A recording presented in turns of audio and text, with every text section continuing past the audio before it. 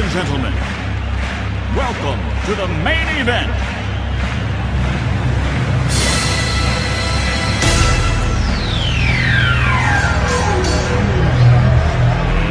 Let's get ready to rumble!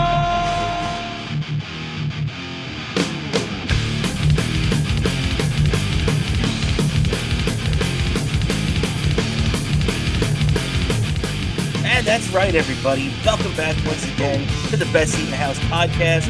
As always, I'm your host, Rob Kramer, being joined by my co-host, Daniel Bobo Curlin, as always, and our special guest tonight, Karl Hamburger from WAPT. Thank you so much for joining us, Karl. Thanks for having me, guys. Happy to be here. Good to see you. I met Bobo at Compound Media many years ago, and it's good to see you again, buddy. Yep, I remember that. I think it was probably a couple of weeks before that lockdown stuff happened, if I remember. If my memory's correct. Well, it was 2018, so yeah, a couple of weeks before the pandemic. Yeah. Just a few weeks. Oh no, maybe a couple of years. Yeah. I don't know. I've been there so many times that sometimes it's hard to keep track of every specific day I met everyone. I don't take offense to it, Bobo. I don't take offense. It's all okay. But I do remember meeting you at Compound Media once. Yes, I was very excited to see you. I've told this story before, but we were in the green room area, and they have a little water cooler there, and Bobo comes up and he starts pouring himself a water, and I'm standing there, and this is before he knew that I was a guest on the Anthony Cumia show. So I'm standing there, I go, "Hey, Bobo, I'm a huge fan. My name's Karl," and you like big time me, you're like, "Okay, whatever," and you brushed me off. And then you saw that I was on Anthony's show, and then all of a sudden I was cool and you could talk to me. So it's okay. I don't mind getting big time because you are a much bigger celebrity than me in that scenario. Actually, it wasn't really the case for that reason. It's just me. I was just trying to drink some water before the show because I drink a lot of water because of my plumbing. Okay, good answer. Fair enough. Yes. Well, Karl, the reason why I became aware of your podcast too was from your appearances on Compound Media and everything, and just I really just fell in love with the way you run a show. And obviously your infamous interactions with Opie and Stut Joe and everything. And the one thing I did want to ask you though too before we get into a little bit of the sports, because as you know, this is our New York sports podcast. Sure. We have to touch on a little bit of this Dabbleverse nonsense. And I just wanted to ask you, did you ever think when all this started that you would be in a blood feud with stuttering John Melendez? Definitely not. I remember when we first reviewed his show, and it was episode 109. So we'd already reviewed 108 other podcasts, and we make fun of them, and then we move on, and it's, whatever. And so we did Stuttering John's episode, and John was very upset about it.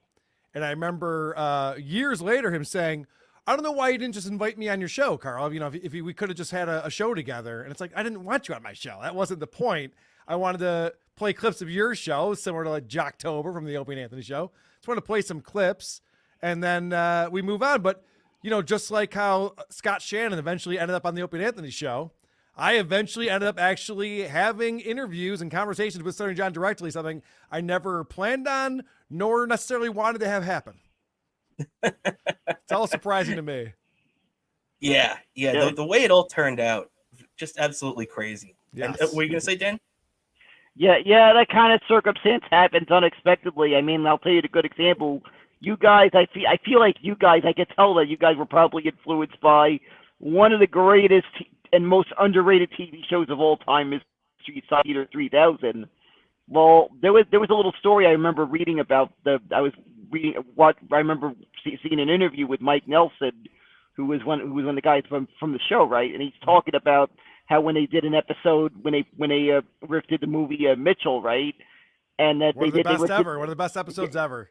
Yep, and they also riffed another one of his movies, Joe Don Baker's movies, Final Justice. Well, they talked about one time that he encountered Joe Don Baker at a hotel, and the guy threatened to attack him. Like apparently he didn't take it so well that they were riffing one of his work on screen.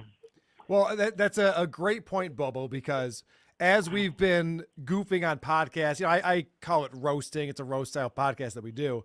We have people who take it very well and have gone on to be friends of the show and come on and co-host with me, and we've collaborated on a bunch of things. A lot of examples of that. And then we've had just the opposite. People get very upset with me and try to ruin my life, or try to get a bunch of people on to take us down. So yes, there's a couple different ways that you can respond to this. And I would say that not getting in on the joke is probably the bad way to do it. Yeah, exactly. Exactly. More, it's best to go the more, to use another MSC3K analogy, go the more Joe Estevez route and have fun with it. Yes. Yeah, exactly. And I think you even mentioned on the show a couple weeks ago when this really started to get ratcheted up with Stuttering John that, you've been goofing on Opie for years now, and it's never gotten to this level because he never directly came at you in, the same way that Stuttering John has. And I think as much as we can be critical of Opie, you have to give him credit that he's at least taken it somewhat in stride, unlike Stuttering John. Yeah, Opie's a professional. John doesn't understand how to act like a professional. And so when Opie and Anthony were going after all these radio shows and they were developing this fan base that were passionate, they called them the pests, and these guys would go after the shows and get their Facebook pages taken down and all this stuff. I think both Opie, Anthony, probably Jim too, they all realized like this could all turn on us someday. And it kind of did. And so I think Opie was always ready for this to happen, and he knows not to engage. The worst thing you can do is engage. And so when it comes to Opie, he's brought me up a few times. He's talked about me a little bit here and there, but for the most part, he pretends we don't exist. Probably the best way to go about it, because we've never engaged in his wife, his kids, like anything like that, whereas John talks about this shit all the time. And so now people are going after his mom, you see that with the Uncle Rico show, and they're going through his divorce papers. They're going through all this stuff. It's because John brings all this stuff onto himself. He keeps bringing it up and engaging with all the haters. And this is what you're going to get when you're trying to take on thousands of people on the internet all at once. You're not going to win that battle. Yeah, exactly. Yeah, you're setting yourself up for failure there. Yes. And you mentioned the whole O&A universe and everything, and all three of us were big fans of that. Obviously, Bobo became a big part of it. Yes. And I just wanted to ask you too, we just had Dr. Steve on recently, and he was sharing a couple of his favorite Bobo memories or bits from the show. I just wanted to ask you, what were some of the iconic bits that stood out to you with Bobo on the show? Well, I mean, obviously the Patrice O'Neal baseball bit was one of the greatest of all time. But I would say my favorite was when Bobo was the $10,000 fugitive. Yeah, I still remember that one. That one still makes me laugh. Because the fugitive bit was one of my favorites of all time. Like that was part of the Jocktober thing. And that's literally what inspired me to do a parody of that bit. Like I'm just hearing this, and I just figured, oh, these guys will get a laugh at me parodying this bit. Like I just thought of the whole idea to parody it, and they just turned it into something else. Like it was great. Well, they're geniuses, and they did a good job utilizing your very many talents, Bobo. But the fugitive bit was this. People don't know. Opie and Anthony would go around the country listening to different morning shows. So you'd be in Wisconsin one day and then Pennsylvania the next and all these different markets. And what they found out was all these morning shows get the same bits from the same services, Prep Burger or whatever it was, that was feeding them these bits to do. And so you think you have this morning show you listen to on your way into work every day, and they're coming up with all this stuff. It's actually the same bits that the same people are hearing across the country on different radio shows. So the fugitive was this horrible gimmick they had where you could win $10,000 if you could figure out who the 98.9 WPXY FM fugitive was or whatever the stupid call letters were. And so it was always the same in every market. And it was great because you'd listen to Jocktober and Sam Roberts would bring in the clips and say, okay, today we're going to be in Minnesota and here's the show we're listening to. And then they'd go into the fugitive bit. It's immediately just hilarious. He's like, oh, we've already heard this 3 times this month coming from different radio shows. So Bobo, you were great on that. Yeah, definitely. And another one of my favorite parts about when he would do the Jocktober bit was I used to. It's sometimes I'd be listening later in the day, but there'd be times that I'd be lucky enough that I'd be listening live.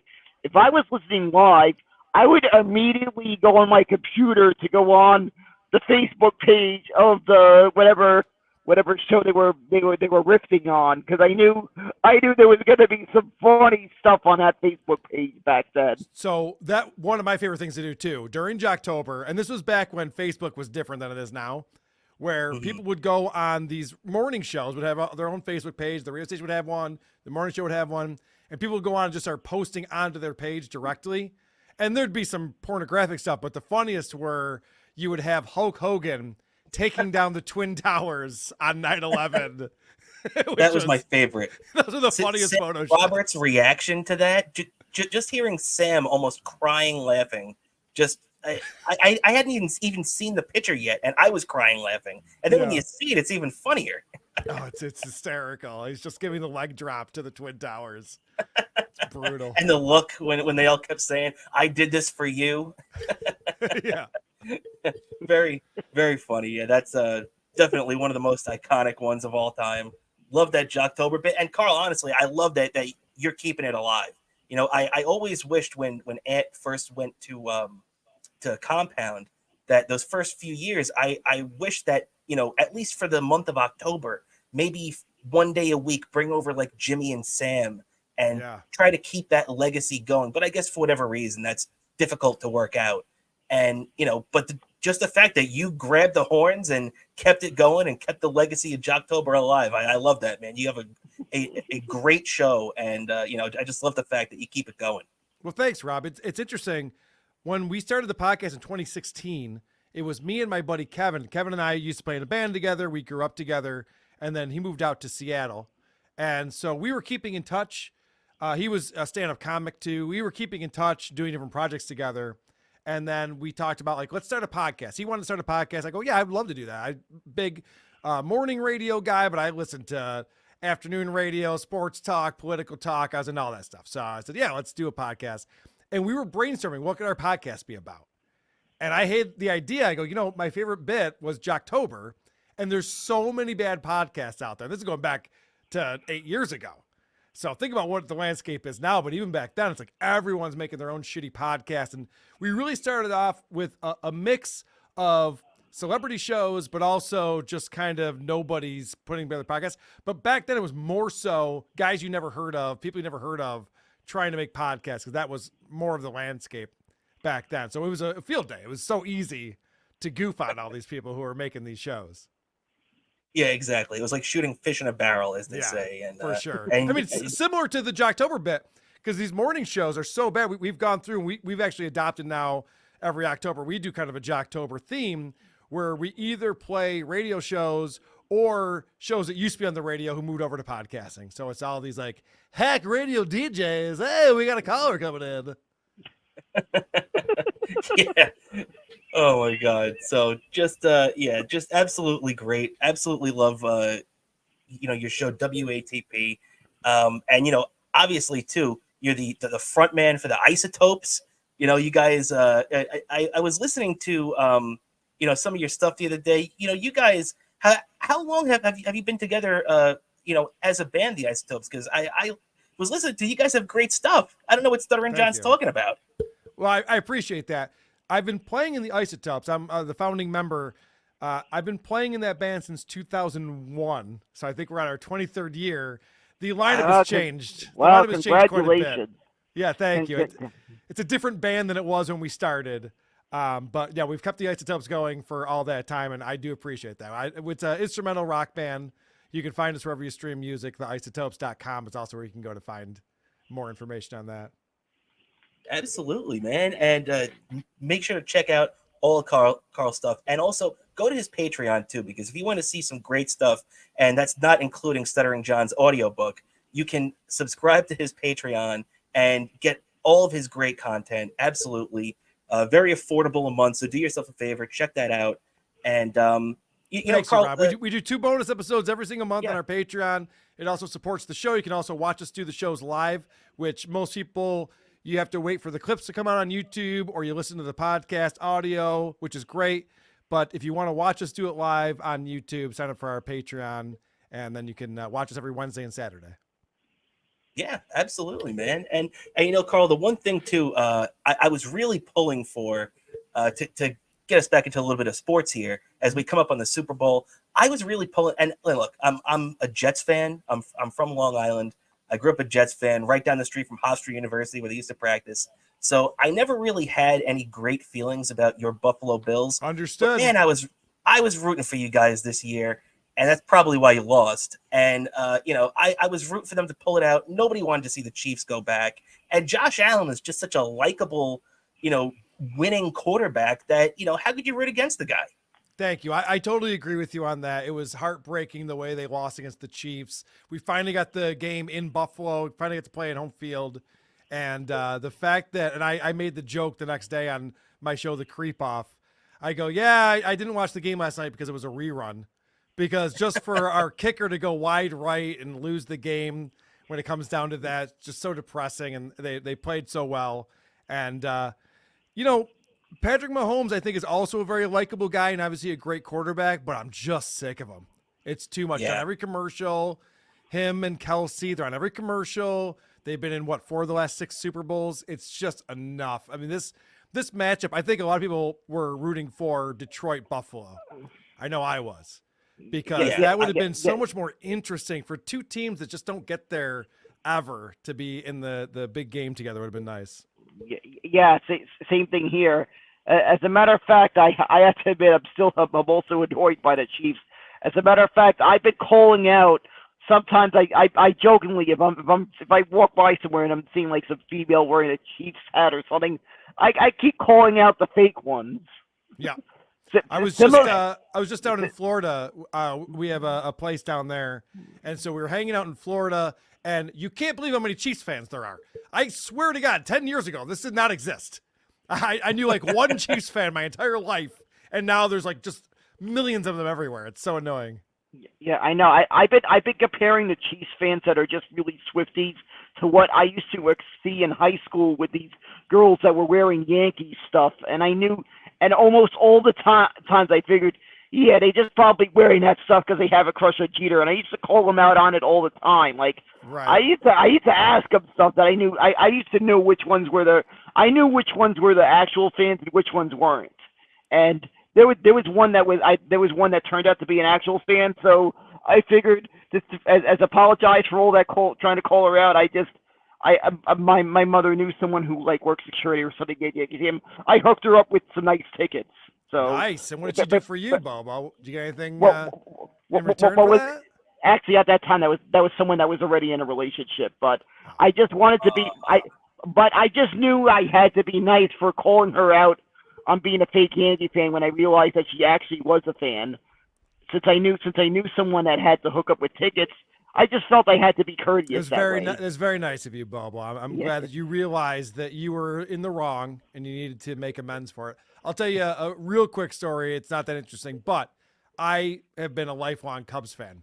And the reason for that is because WGN, the Superstation, was on our cable networks in the early and mid 80s. The Cubs didn't have lights in their stadium. So almost every afternoon, the Cubs were on TV.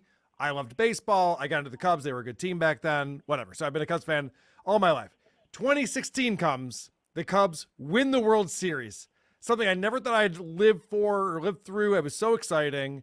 And I remember going to a Buffalo Sabres game not long after that, and I'm wearing my Cubs hat, and the security guy goes, oh, everyone's a Cubs fan now. I'm like, motherfucker, if you know, with Bartman and all the shit that I've gone through being a Cubs fan, and now you're going to call me out and act like I'm a bandwagoner? Fuck that.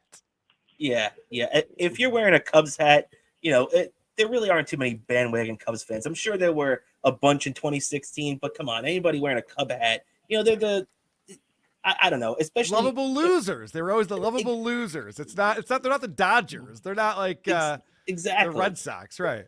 Yeah, and the funny thing is, speaking of Bartman, there was one time I was in Chicago and I got mistaken for Steve Bartman once. Oh, I could see that. Yeah, I could see I that. In fact, I would have got- beat you up right now because of that. Yeah, Good thing yeah. your light is on. They thought I was wearing some disguise or something because I'm wearing a Mets shirt, right? And they thought I was Steve Right. Bartman Yeah. in disguise. Hiding. Oh, I like the Mets. Yeah. And I just pulled out an ID, my ID covering the part with the address and name, and I'm saying, see, look, you know, the name and the date of birth. I'm a bit Right. too young to be Steve Bartman. Right. So this is a sports show. Everyone's sports fans here, so I can go a little bit into this. Now, Please. as a Cubs fan and watching that game and being so invested in that team, the Cubs had a great team. We're 5 outs away from the World Series. First time in my lifetime, obviously. And, you know, everyone was very, you know, Moses Alou reacted the way that he did when Bartman interfered with the ball that would have probably landed in Moses Alou's glove, and it would have been the second out of the 8th inning. I don't blame Bartman at all.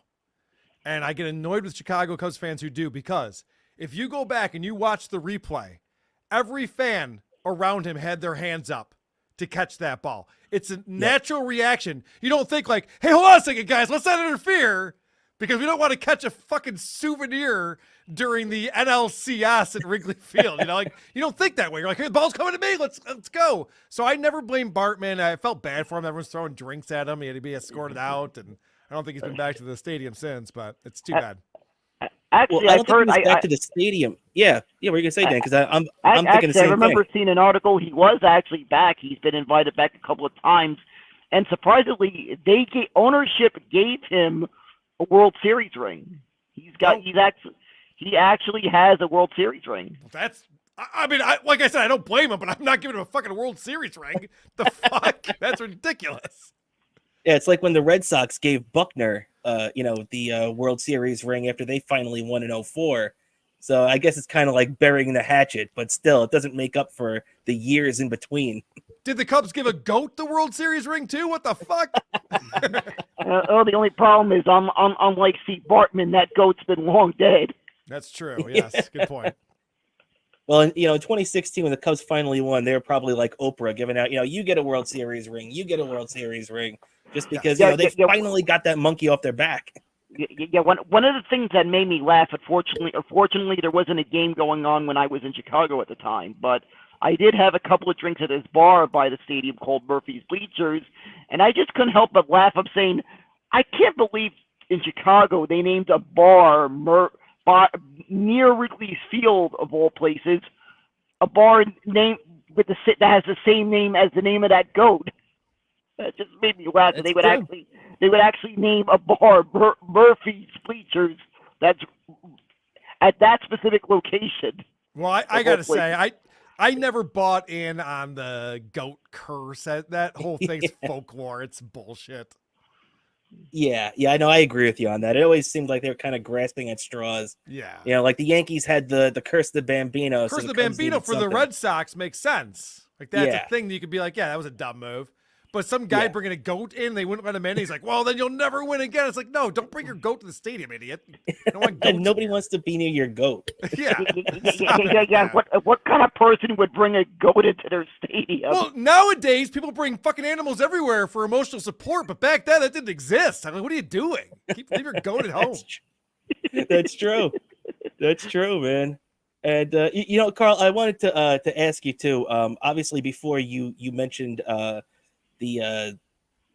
the Super Bowl 25, going back to Norwood and the Giants. Obviously, Dan's a Giant fan. I was a little too young, and I'm wearing a jersey that era. It's got the LT jersey on. Nice. And I just have to point that out. I was just wondering how old were you during that, and how much did that affect you as a Bills fan? At such a young age. I'll be honest with you. So I grew up here in Bills country. Everyone's a big Bills fan. And then those teams with the K-Gun, Jim Kelly, and Thurman Thomas, and all those guys, that it was a huge deal in this part of the country. But I was not as big a football fan back then. I think, and correct me if I'm wrong, I don't know how you guys feel about this. I've always been a big baseball fan, big hockey guy. I played soccer when I was younger. I was really into that. So while I was a Bills fan and watching that game, I didn't care as much about football back then as I do now. I don't think football is a sport for children. It's too complex. There's too much going on. The rules are too complex. I mean, women can't figure it out. I don't think kids can. But were you as into football when you were in junior high as you are now? I agree with you because the older I got, and it also came from playing it. Like once I was playing it in junior high and high school, then I kind of got more of a better understanding of it. But yeah, I agree. You know, when I was younger, although I knew I was a Jets fan, most of the time I was watching the game, I had no idea what the hell was going on. Yeah, I remember a lot of times my dad and my brother be sitting down and watching the Bills game every Sunday, and I just wanted to go out and play with my friends. You know, we'd play football in the backyards. And actually, my school didn't have a football team. I went to a high school where soccer was the main fall sport. So I played soccer. Wow. We did not have football. And the rumor, I don't know if this is true or not, but there was some kind of terrible injury that happened at my school decades prior. And so they just got rid of the football program. So I didn't really learn the sport. I wasn't going to my high school games. I wasn't playing on the team. So I didn't really learn the sport until I was older. So yeah, I wasn't as into it. With all that said, I want to point this out about Super Bowl 25. People like to blame Scott Norwood. Again, not Scott Norwood's fault. It should not have come down to a 47-yard field goal at the end of the game. The Bills had a much better team than the Giants. The Bills got outcoached. And everyone loves Marv Levy, and everyone praises Marv Levy around here in the Buffalo area. But he got outcoached that game, and his team was not disciplined. If you remember, they went on that 4 Super Bowl run where they lost, and the Giants game was the only close one. The other ones, they all got blown out. These guys were going to the city for the Super Bowl and partying all week. Thurman Thomas lost his helmet before the fucking game for one of the Super Bowls. It's just like, what are you guys doing? You're playing in the biggest game of your lives. Can you fucking take it seriously? What's going on here? Yeah, and I think that year going into the Giants Super Bowl too, that was the AFC Championship game that they beat the Raiders like 52-3. So I really can't even. They were a dominant. Can't even blame them. It's crazy. You know, why wouldn't you be cocky? Who was the defensive coordinator for the Giants that year? Do you know? Belichick, right? I believe that was Bill Belichick. And they held the Bills to 19 points, and that was an explosive. You know, that was I could be wrong about this, but from my memory of it, they were one of the first teams that did the no huddle offense throughout the entire game. You know, Peyton Manning perfected it. But Jim Kelly was doing it, and he was calling the plays. I miss the days when you let the quarterback call the play on the field because they're the ones who know what's going on. They're watching how the defense is playing them, and they know their personnel and everything. So Jim Kelly would call the plays on the field, and they were so explosive, and they scored so many points. And the fact that the Bill Belichick and the Giants, Bill Parcells, that Giants defensive coaching staff figured out a way to stop them.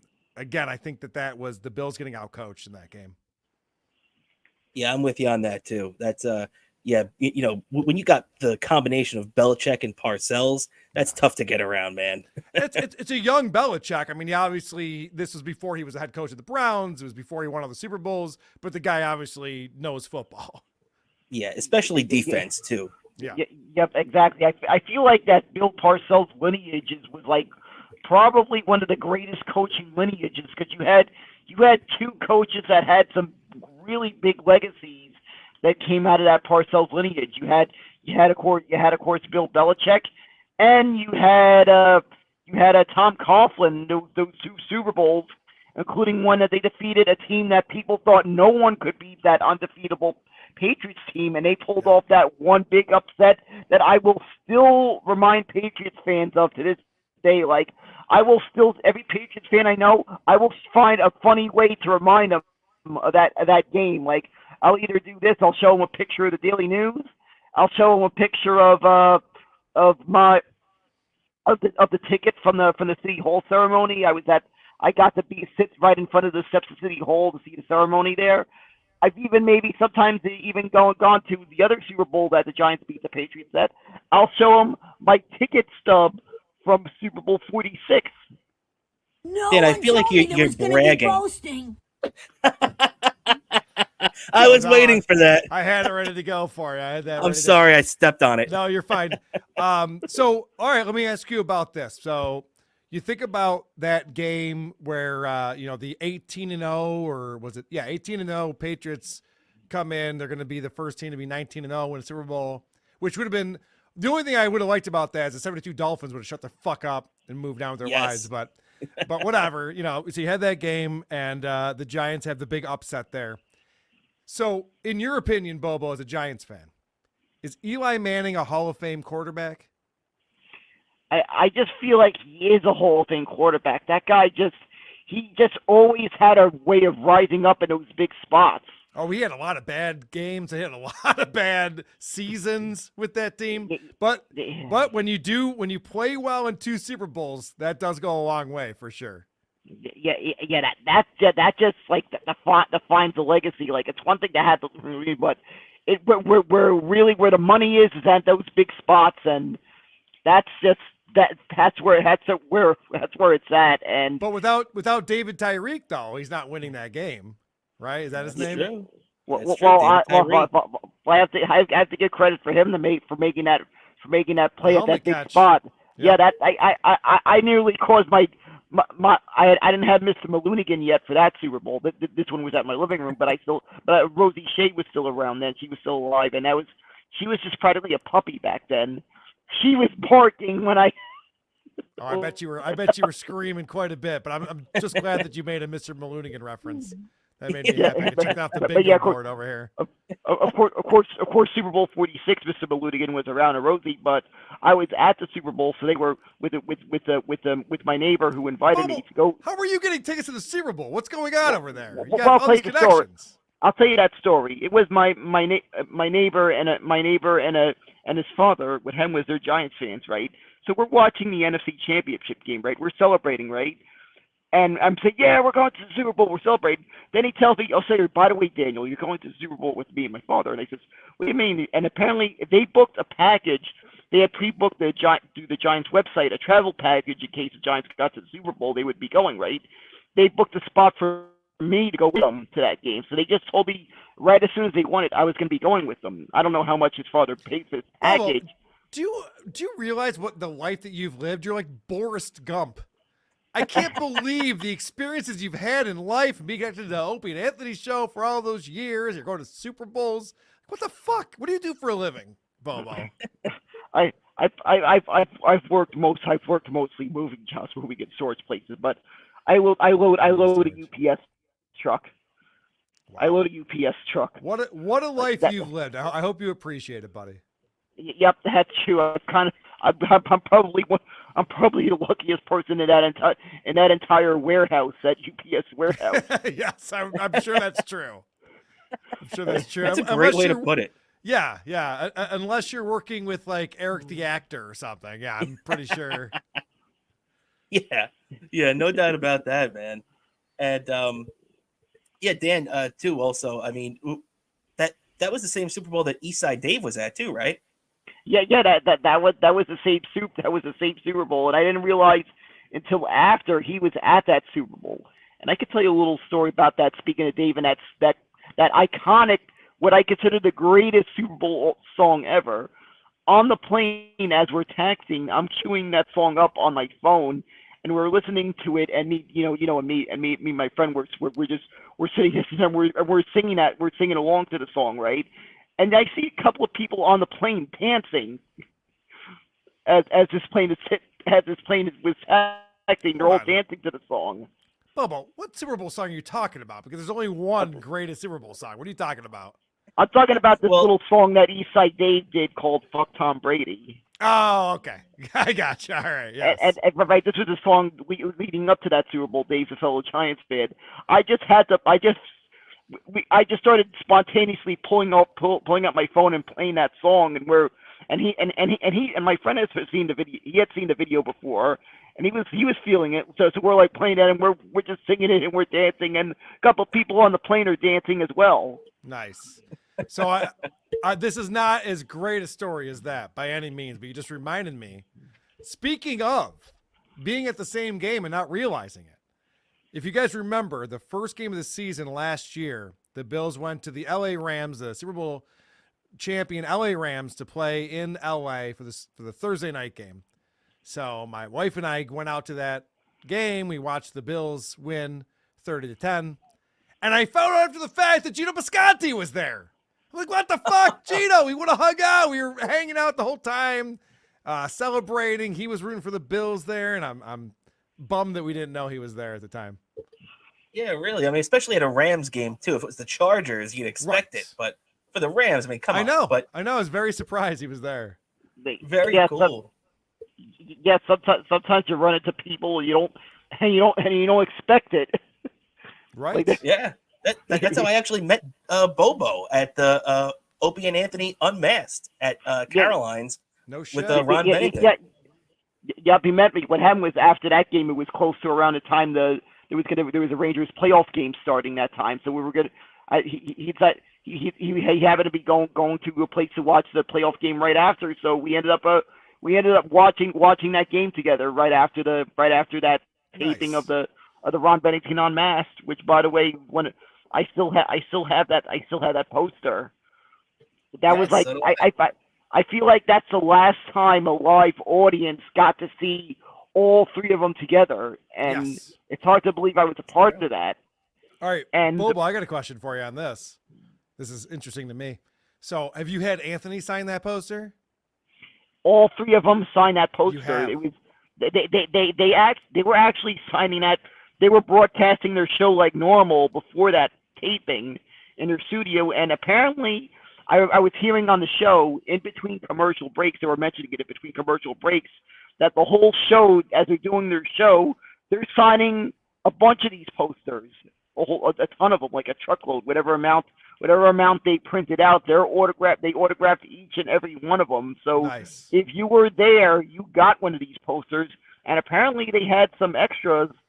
Because I noticed one of my friends who works for the Mets single A affiliate over in Brooklyn, who works for the team. I was once talking to him, and he was telling me he happens to have one of those, and he wasn't even there, and he got a hold of one of those. What's your relationship with Opie these days? Maybe not these days, but what happened after the show broke up? Did you stay in touch with Opie at all? Well, the last time I saw all three of them together was the last time I've actually ever seen Opie. That guy literally, it seems like he forgot he freaking knows me, or he acts like he doesn't know me. It's like weird. Like I hardly recognize the guy anymore. It's like no way this is the same person that I remember during those days. Yeah, it's interesting. Okay, what about Jim Norton? Do you talk to him, or have you done anything with him? Oh, Jimmy, I see plenty of times. I've been on Chip Chipperson shows. I've seen him at a couple. Oh, that's right. That's right. I've gone to a stand-up. I hear from Jimmy. I hear from Sam. I hear from a number of the staff at Jim and Sam, and I visited their shows. Oh, cool. I visited their show. I visited their show a couple of times. So I do hear from them quite a bit. Cool. So just Opie's the only asshole. That's what I thought. That makes sense. Yeah, the story checks out. Yeah, he's the only one I haven't heard from since then. Yep. That seems to check out. That makes sense. But Karl, listen, you've been so gracious with your time. Before we get you out of here, I just want to, if you guys are both up for it, how about a little Bobo versus Karl Super Bowl trivia? All right. All right. Let's try this. Kramer's gonna put up the old marquee bit. I don't know if you know about WFAN. They would do this Super Bowl contest, and Mad Dog Mike during Mike and the Mad Dog would put on this wig and call himself the Marquee while they answered it. Mike asked the questions. Sounds good. Let's exactly. I'm doing my best, Christopher Mad Dog Russo, and let's see. All right, who wants to go first? Karl, you are our guest, so I will give you the option. I'll go first. Karl will go first. All right. So, question number 1. What team has played in 4 Super Bowls but never held a lead? Interesting. So I know it's not the Bills, just because of the Giants game. So maybe the Minnesota Vikings? That's correct, Karl. The Minnesota Vikings. There we go. Oh, thank you for the sound effect. Nice. There you go. I didn't Karl realize they never. I knew they lost 4. I didn't realize they never held a lead. That's brutal. Yeah, I didn't know that either, and I thought I had things bad as a Jets fan. But let's see. All right, Dan. So now you're up. Karl leads 1-0. let's go. What team has participated in the most Super Bowl games? I'm gonna guess the Pittsburgh Steelers. Can I steal if he gets it wrong? How does this work? Yeah, you can steal. Why not? Is he wrong? All right, Dan, that is incorrect. It is not the Pittsburgh Steelers. It's got to be the 49ers, right? It's not the 49ers, actually. The correct answer is New England Patriots. Oh, yeah, fuck. I'm such an idiot. Yeah, I should have realized that. It's been in the last 20 years. Yeah, the Patriots, but they fly under the radar there. Everybody forgets they lost to the Bears, and everybody forgets about the loss in the 90s to the Packers and Favre. So they kind of fly under the radar there. All right, Carl's back up, leading 1-0. What city hosted the coldest Super Bowl ever? I believe that would be, it would be Jersey. It would be the Giants-Jets Stadium, right? Believe it or not, no. The answer was New Orleans. The Jets-Giants Super Bowl was 43 degrees, I believe, at kickoff. This was 39 back in 1979. It's an indoor stadium. It's indoors. It was pre-Superdome. Oh, no shit. Yup, Yeah, and pre-Superdome. in one of the most unlikely places that would have that record, by the way. Wow, all right. Yeah, I was shocked about that too. So, throwing a little knowledge around here now. I got it wrong. All right, but you still have the lead, 1-0 right now. And Dan, you're up. What was the first wild card team to win the Super Bowl? The first wild card team to win the Super Bowl. I'm gonna guess the Raiders. That's correct. The 1980 Oakland Raiders getting it done. Great job there. That Madden coaching the Raiders to Super Bowl? No, that was That was the first one after Madden. Okay. I forget who their coach was that year. But yeah, absolutely. Great call, Dan. All right, so it's tied up 1-1. Carl, you are back up right now. And who holds the record for the most passing yards in a single Super Bowl? Oh, man. I feel like this is probably pretty modern. Definitely. Although it could be the best team on turf, but no, I'm going to say it's going to be either Mahomes or Brady. I'm going to go with Patrick Mahomes. Oh, you were right. It was either Mahomes or Brady, but the answer was Tom Brady. He threw over 500 yards in the loss to the Eagles. No shit. Yeah. So, all right, we are still at 1-1 right now.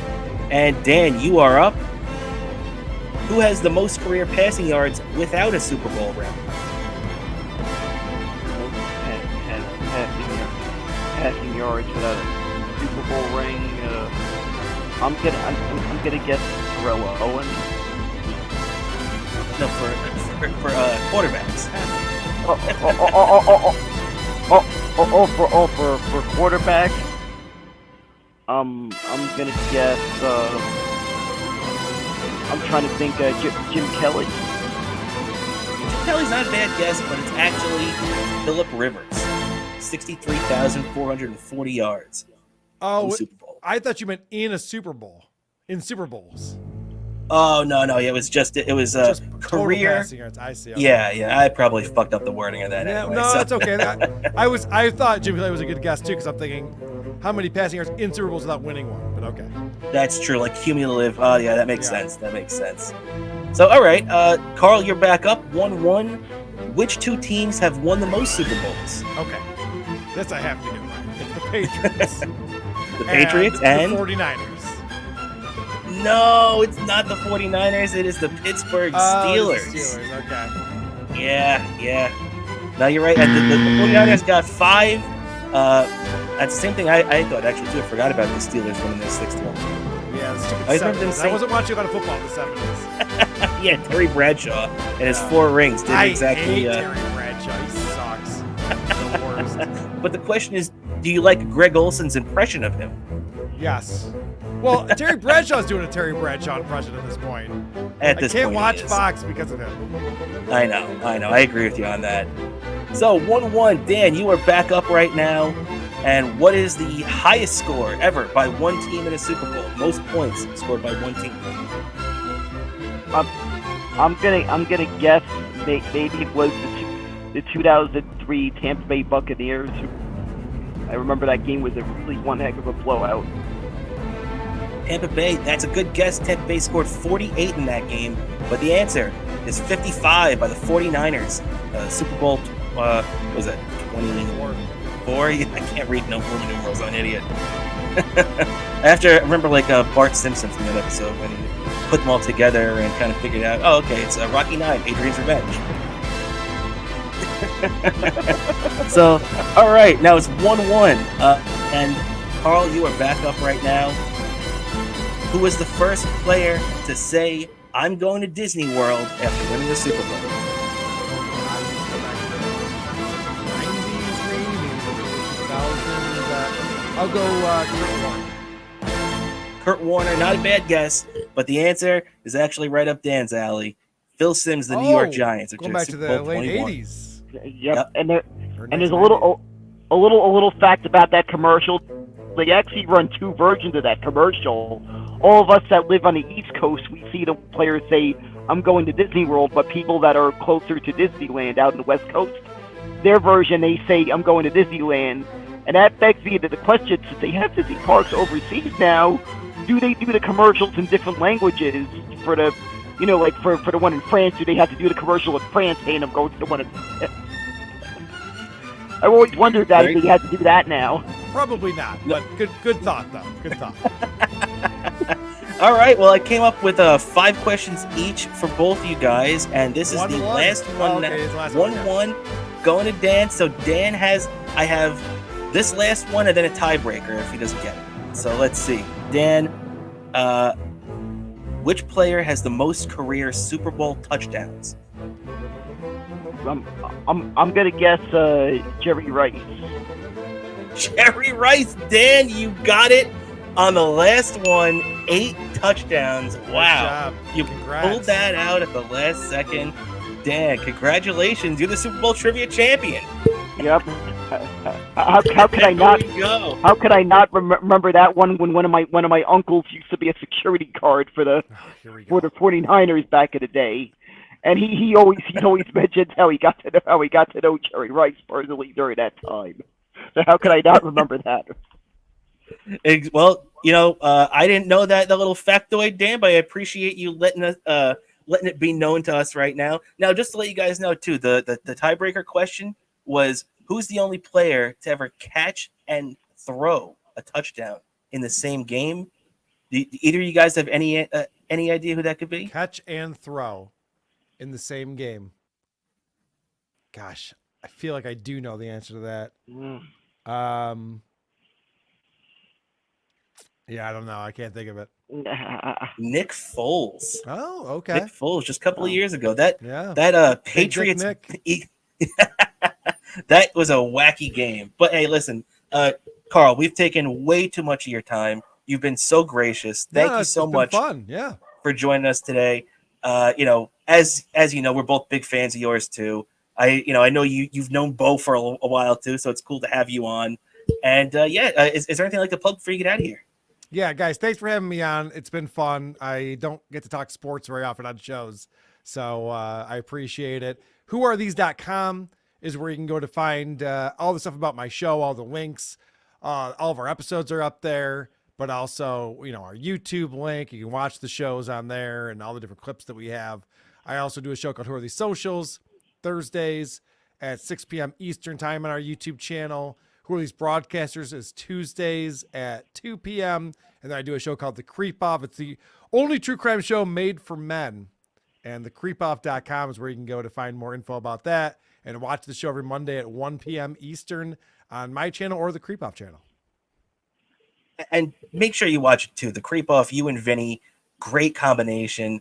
Love everything you guys do together. So please support Karl. I appreciate And it. subscribe to all his stuff. Go to waptlive.com. Check out all his stuff. Carl, you're the best. Thank you very much. Thanks, guys. Yep. Thank you very much, Carl, for joining us today. But much appreciated. Definitely hope to see you next time you're in town. Yes, for sure. I got to get back over to Compound Media. All right, and that's going to do it for us today here on Best Seat in the House podcast. For Rob Kramer and Daniel Bobo Curlin, our great guest, Karl Hamburger, we'll catch you next week on Best Seat in the House podcast, everybody.